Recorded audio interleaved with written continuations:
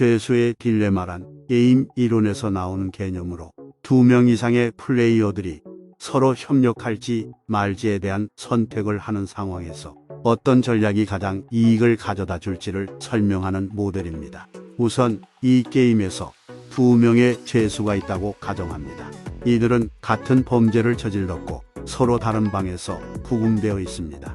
검사는 두 죄수에게 모든 증거를 제시하고 서로가 서로를 고발하지 않으면 각각 1년짜리 유죄 판결을 내릴 것이라는 조건을 제시합니다.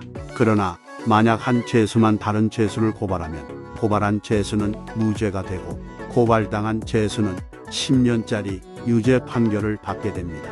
두 죄수는 서로를 믿지 않고 협력하지 않을 것이라는 가정 아래 각자 자신의 이익을 최대화하기 위해 서로를 고발하게 됩니다.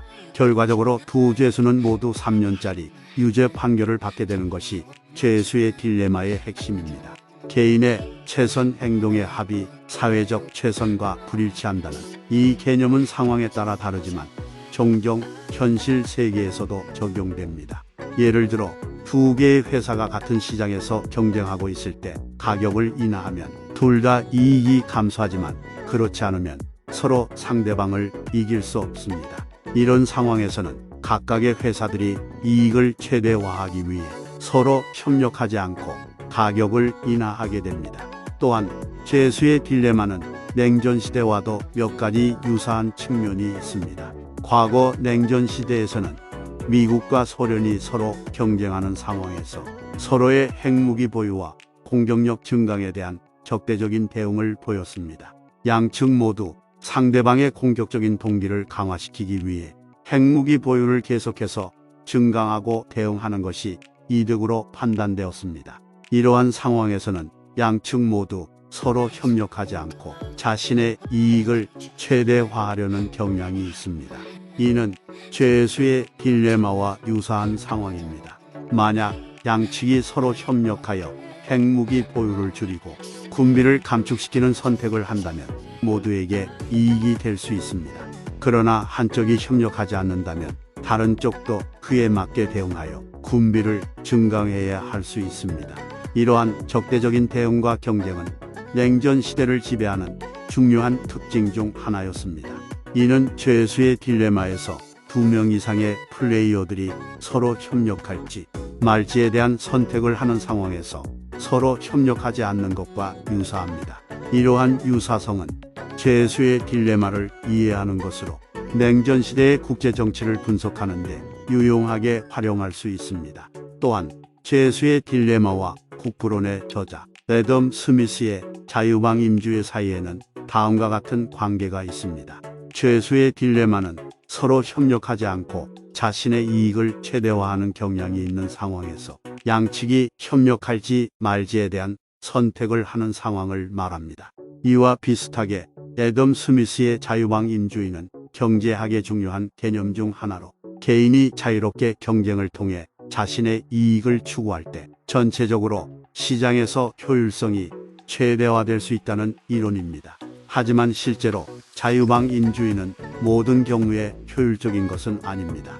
예를 들어 기업들이 환경 오염을 일으키는 것이 불법적인 것이 아닐 때 비용 절감을 위해 환경을 고려하지 않는 경우가 있을 수 있습니다. 이 경우 기업들이 자신의 이익을 추구하면서 전체적으로는 환경 오염이 심화될 수 있습니다. 이는 죄수의 딜레마와 유사한 상황입니다.